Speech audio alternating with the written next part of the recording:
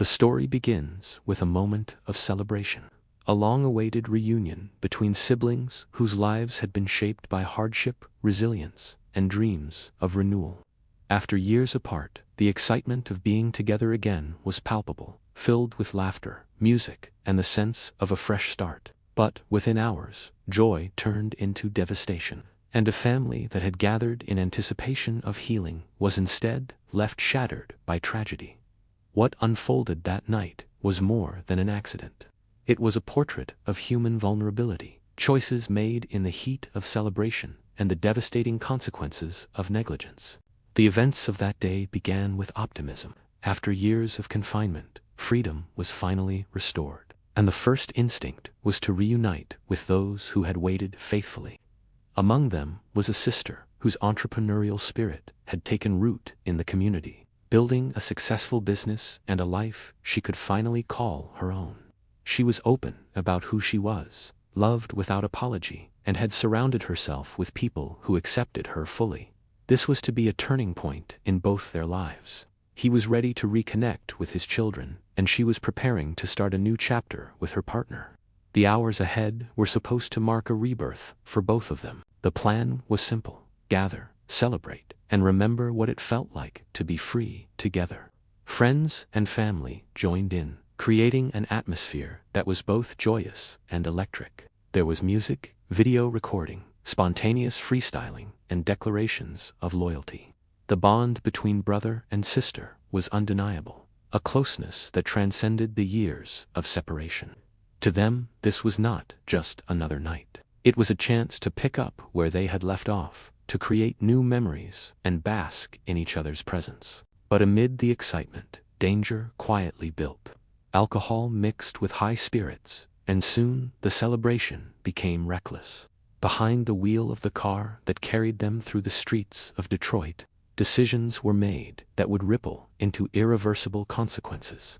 Videos recorded during the evening reveal not only the joy, but also the subtle warning signs, the slurred speech, the bravado, the disregard for the risks of drinking and driving.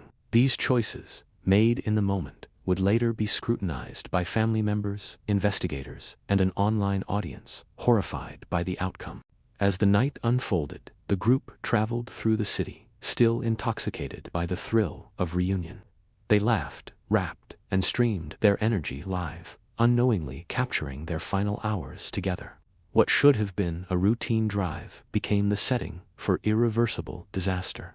In the early hours of the morning, everything changed.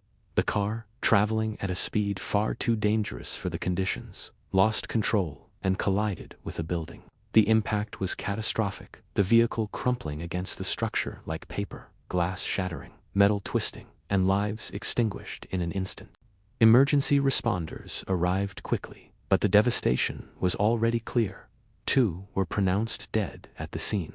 Others were rushed to the hospital, one in critical condition and another stable. The reunion, meant to symbolize survival and renewal, ended in silence and loss. Hours earlier, there had been laughter and embraces. Now there was only grief and disbelief. The aftermath spread rapidly across the community. News reports documented the tragedy, noting the circumstances of speed and possible intoxication. Family members struggled to process the reality, torn between mourning and anger. To lose one sibling in such a way is unbearable. To lose 2 simultaneously in the same crash multiplies the pain to an unfathomable degree, and the grief was compounded by the knowledge that this was not an unavoidable act of fate, but an outcome rooted in choice.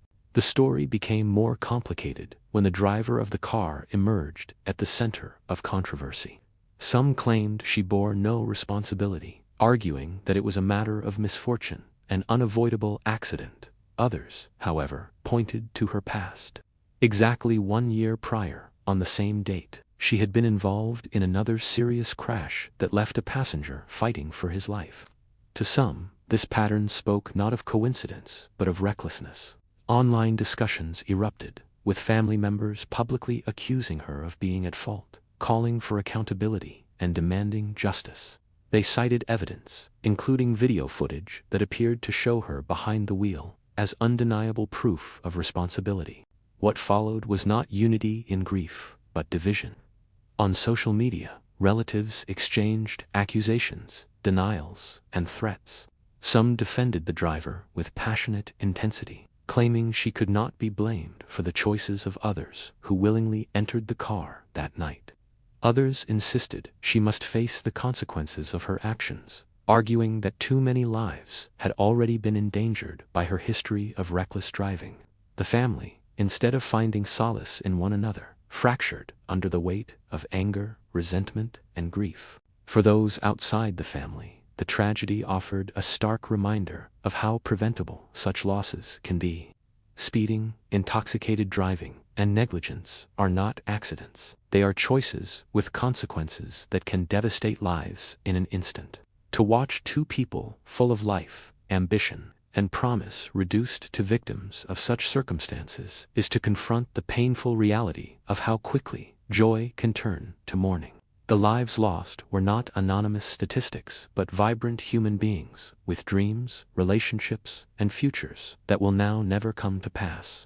The aftermath for the surviving family members is profound. 5 children are left without their father. A must come to terms with the sudden loss of her partner. Friends and neighbors who had celebrated the entrepreneurial spirit of a young woman building her future are now left with memories of what could have been.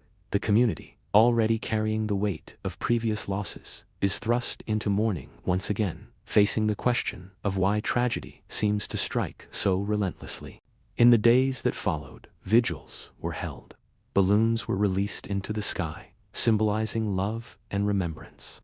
Words of resilience and unity were spoken, yet beneath the ceremonies lay a fracture that was impossible to ignore. The question of accountability overshadowed the mourning, as some continued to insist that the driver must face justice, while others dug in their heels to defend her.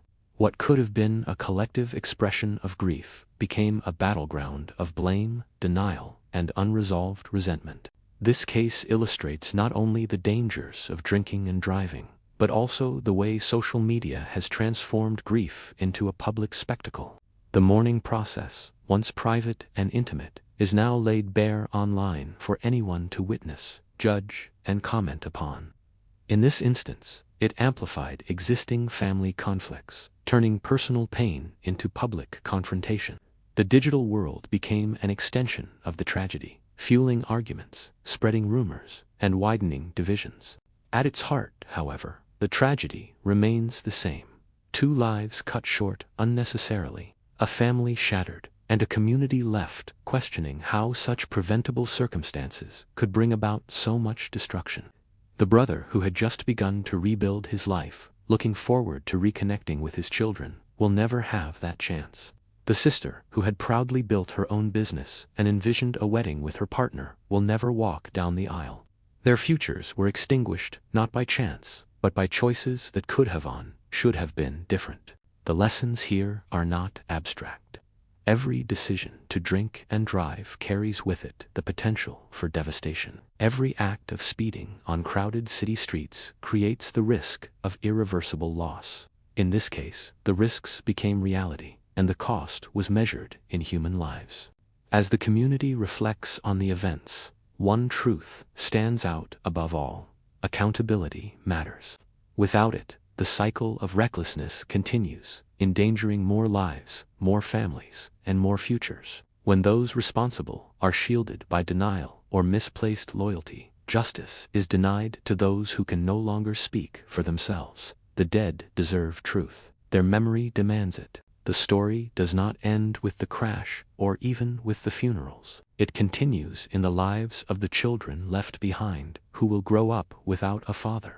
It continues in the silence left in the home of a woman who was preparing to start her married life. It continues in the strained relationships of a family that has yet to find common ground in the wake of loss. And it continues in the broader community, which must decide whether to view this as a passing tragedy or a call to confront the culture of recklessness that makes such outcomes far too common.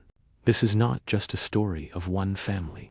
It is a story that resonates in every community, where drinking and driving still claim lives, where families gather at funerals for deaths that could have been avoided, and where the cycle of denial and defensiveness continues to prevent accountability. It is a story that underscores the fragility of life and the need for responsibility in every decision made behind the wheel. In the end, the reunion that began with such joy ended in devastation, a reminder that life can change in an instant. What should have been a night of laughter and renewal became a cautionary tale, not only for those who knew them, but for anyone willing to listen. Lives filled with promise were extinguished, not by fate, but by choices. And as those left behind struggle to reconcile grief with anger, the truth remains. This did not have to happen.